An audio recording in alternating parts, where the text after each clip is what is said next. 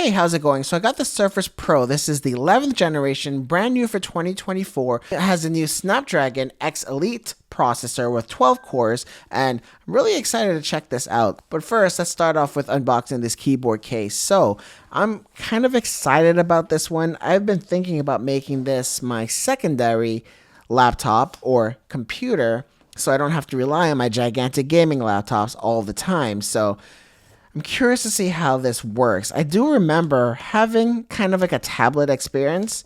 Wasn't always ideal. There are many times where I just wish I had a traditional laptop, which is also why I got the Surface Laptop 15 too. At some point, I'm going to decide between the two of them. So I spent a lot of time making sure that my camera settings are correct so you can get a good representation of what this sapphire blue actually looks like. And it is absolutely beautiful. It's using Alcantara, which is like a soft touch material. It feels really nice. Previous Surface keyboards had a good amount of bending and flexing to it. This one is incredibly hard and rigid, so that's something that they really fixed. So really liking that. What else comes with it? Nothing else, just paperwork, etc. Let's just move on to the laptop because that's mainly what I care about. So let's take a look at it.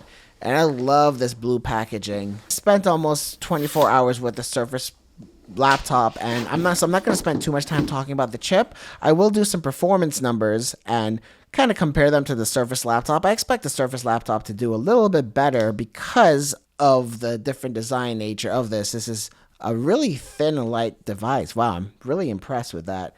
And I love the blue throughout. So let's just peel this open. And it is a glossy screen. Very different than something like the tandem OLED nano coating that you get on an iPad. Thankfully for me, I tend to prefer glossy panels. So similar to the Surface laptop, you're just getting the same power connector, and this one does look to be a bit smaller. Let's see how much watts it is. Yes, it is a 39 watt charger, so immediately something tells me I might not be getting as good of performance as I would with the Surface laptop itself, because that ships with a 65 watt power adapter. But anyway, that's just speculation. We'll know more soon enough.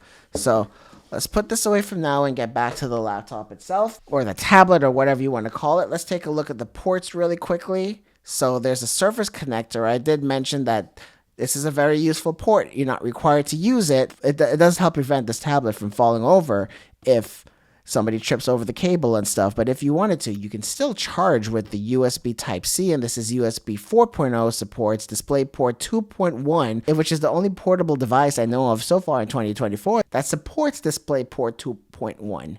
Unfortunately, there is no USB Type-A ports, but judging from how thin it is, it doesn't look like it's possible. So let me bring out the Surface laptop. Yeah, even if they wanted to, there's no way they could have fit a USB Type-A port in here. So in that case, I get it. All right, so let's take a look at the kickstand. This is something I'm really excited for. Having a kickstand is awesome. My iPad has been a pain in the ass to use with every single case I have, and there's no kickstand. It keeps on falling over all the time. It's like almost borderline unusable to me. So let's take a look at how much flex you get with it. So it could go, whoa, all the way back pretty much. So when it's laying down flat, it's kind of upwards at an angle. It makes it easier to write notes. You could do any different angle in between. So really lovely. So let's connect the keyboard case and see what it's like. Really, really strong magnets. It snaps in really fast and securely. Really, really, really strong magnets. Like, this is not falling. I think it was a Surface 2 that came out, and within 2 days of having it, it was on my lap, and it got dislodged from the keyboard case, and the entire tablet itself fell over and broke on the floor. Thankfully, I got that extended warranty. It's one of the first times I ever got that warranty, so I'm glad it has it, but it does not look like that is going to happen anymore with this. And yeah, it's really, really strong magnets. So I'm going to get this set up, and we'll go from there. All right, see you guys soon. Alright, so it's been several hours with this. I've used this all day, and this is going to be fairly easy for me to talk about because my main device used to be a Microsoft Surface Pro. Way before I even started YouTube, I had the 2, the 3, which I mentioned during the unboxing, that had a tragic accident. So I'm really familiar with this. And one thing that they improved tremendously on is the build quality. This is a fantastically built device, much better than it used to be before it was made out of a magnesium alloy, which in theory sounds like a better material, But in most situations, magnesium alloy on laptops are just pieces of metal, sometimes aluminum, and a lot of plastic pieces. This feels like pure aluminum, just like any premium laptop will. No creaking, no flex. The hinge, man, they've improved on the hinge so much since I've been using this. It's so easy to use now. Tension is really nice and fluid. And here's something else I didn't notice when I first unboxed it. So at the back here, there's like a little magnet door. So you just press on this indentation and then you're able to upgrade the storage. But this is the 1 TB that's already in the laptop, so you might have to find a way to clone it, etc., before moving it over. I think this might be the only drive in there because this does say 1 TB, and that's how much storage is in this laptop. And one thing that I'm disappointed about that I didn't notice at first is there does not seem to be a headphone port on this laptop, or I keep on calling this a laptop and sometimes a tablet. It's both. I'm just going to call this a device. But yeah, there is no headphone jack on this. I'm a bit disappointed by that. I still use that occasionally, but I mean, I'm almost willing to forgive it because of the type of device this is. This is an ultra portable. You're mostly going to be using wireless with this. And speaking of wireless, so I did a review on the Sonos Aces, and one of the best things about it is that it supports Qualcomm's aptX.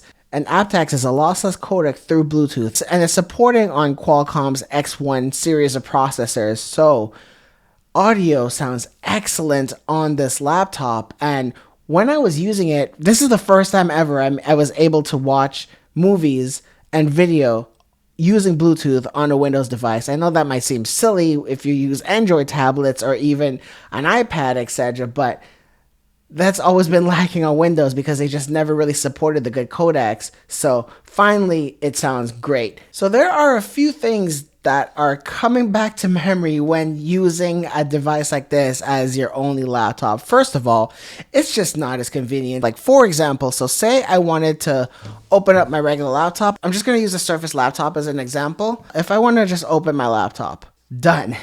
And that's it. Very simple and straightforward. If I want to do that on any tablet, not just the Surface, so I don't want to make it sound like I'm picking on the Microsoft Surface Pro or anything.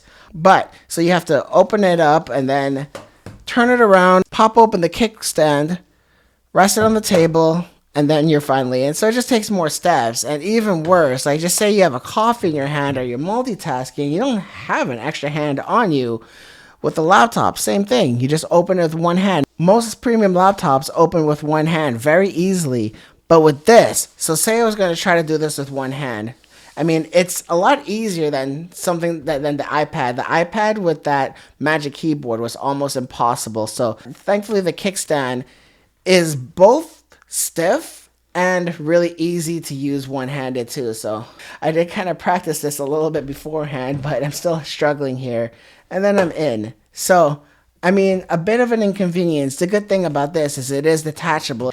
And with this, you do have a fully fledged tablet you can walk around with. If you're into drawing on your tablet, you can do that with this too. I'm not typically. So that's kind of one reason why I moved away from these type of devices as my main laptop. So one thing I was looking into is because I typically go with gigantic gaming laptops, I was thinking about using something like this just kind of as my go-to for just small run and gun tasks. But I've been really enjoying just using the Surface laptop. I still think a traditional laptop, for me at least, is the best type of device for me. Anyway, moving on. I do want to talk about this keyboard case. I ordered the wrong one. I thought I ordered the one with the pencil built in and also where you're able to use it wirelessly, and the trackpad is haptic. One issue I have with this particular trackpad, though, is it is insanely loud. It is incredibly loud and a bit stiff to use, so I think I'm going to return this for the Keyboard Pro that also comes with a pencil, and also the keyboard becomes wireless. I think that'll improve the usefulness of the Surface Pro a lot for me. I could just imagine that the Surface Pro is rested further away from me. I could have it on a table, and I could just have the keyboard on my lap and still be able to type away. I'll do a follow-up video when that ships. I should just order that one from the beginning. Anyway, next, biggest improvement yet. Well, second biggest. Well, no, there's a lot of improvements with this new Surface Pro 11. Okay, but another really big improvement is the speakers, and wow, these sound better than the Surface laptop. I was surprised by. They sound better than the iPad Pro. Let me give you a sense of what it sounds like.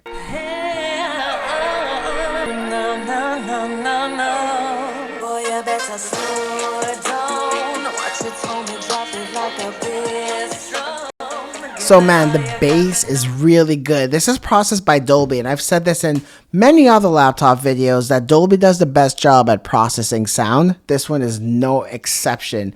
I don't even know where the speakers are in this device, but it just sounds incredibly good. So both Microsoft and Dolby knocked this out of the park. Okay, so another really big improvement is this OLED display. It actually measures very, very similar to the Surface laptop that I just recently had in. So it looks like Microsoft has a really tight handle on what they want this panel to look like. It is rated for DCI-P3 and it gets over 550 nits, which is higher than any other OLED laptop or portable device I've seen that isn't a tandem OLED on the iPad. And shadow details look really good, much better than the typical AMOLED panels I've seen, or even some of the OLED panels that I've seen in like the G16, the Razer Blade 16, etc. So man, this is one of the best panels I've ever seen. The color gamut doesn't seem as high as other OLEDs. I would usually get like 95 to 97% of Adobe RGB on OLED panels. This one does not seem to be hitting that high, and also the Rec 2020 isn't as high too. That's why I'm thinking that Microsoft is clamping this panel to measure something closer to DCI-P3, which is fine. That's their decision. It won't affect 99.5% of its customers, and I am one of them. So one thing to note about all OLEDs though is there is some level of flicker. It's not bugging me that much. I've only had this for like a day. Maybe by the time this goes out, it'll be 2 days. If it bothers me, I'll just post an update. But so far, I've been fine with it. No issues there. So before I get into performance, which I did cover on the Microsoft Surface laptop before, I do want to talk about just using this device. In many other Windows laptops, it's incredibly sluggish to where having a touchscreen kind of defeats the purpose, to where even when you're scrolling through websites or just flicking with 4 fingers up to multitask, etc. It just never really worked as well. There's always been like a good amount of lag. I don't know if you're picking up on this, but there is no lag here. Everything just works as intended. The gestures, and especially on OLED with that better response time, and the fact that this panel does have a dynamic refresh rate of 60 to 120 hertz, everything just zips along really, really nicely. I had no problem with it. Even when I'm running some of those non-native apps, so on the Surface laptop, I ran Lightroom Classic, which isn't supported by ARM yet, but I completely forgot about it, and just about every task I've done except for gaming has just been spot on with using the Surface device, or I'm going to assume any one of the Snapdragon Elite processors. So it's been really, really nice to use. So I have noticed though, as I was just zipping around on this, I have noticed that the device gets a little bit warm to the touch, only on the top area though, where your hands typically will be. It's a little bit warm to the touch. This is not causing me any pain or any discomfort or anything like that, but I just figured I should mention it. I did notice that when I was running Cinebench, the fans did kick up. But yeah, okay, so next let's just get into performance, because I know that's what a lot of people want to see. So I already covered the performance in the Surface laptop, but I was curious to see if this thinner and lighter Surface Pro would perform worse than traditional size 15-inch laptop, and it doesn't really. They perform about the same. In some situations, the Surface Pro is actually performing better. I'm just going to chalk that up to Silicon Lottery. And another thing I wanted to check out is there have been some people saying that going into performance mode does improve performance, and it does. So I tested some of these in both performance mode and in recommended mode, and in some cases performance mode did better, in some cases recommended mode did better. So I think one thing about this new Qualcomm chip is it's still new, and it kind of makes me a little bit nervous that every single time I run a benchmark I get a different score. Not too far off to where I'm not comfortable presenting these numbers to you guys, but it's definitely something worth noting. But overall, similar to what I said about the Surface laptop, this is a great performing chip, but it's just not able to beat the M3 Pro and definitely not the M4. it is in some situations doing better than some of those gigantic traditional Windows laptops, but not in graphics. Graphics, I still think there's a lot more improvement to be had for the Snapdragon Elite, and I'm hoping to see that improve as we get newer generations of this chip. But overall, for most people, if you're going to be doing video editing, photo editing, or you just want like a really cool portable tablet slash laptop to just carry around with you, this more than meets your needs. This will exceed most of your needs. So I really appreciate this, and there's been so many improvements to the Surface Pro series compared to the last one I had. It was probably the 4 or the 5. I don't remember exactly, but man, this feels like 7 generations better than that model I had. So really happy with it. I'm going to continue to use this, and I'll report back in maybe a month or two to see how I've enjoyed using it so far. Alright, but that'll do it. Thanks a lot, guys. If you like this video, like it. If you want to subscribe to see more, please do that, and I'll see you guys in the next one. Thanks. Bye.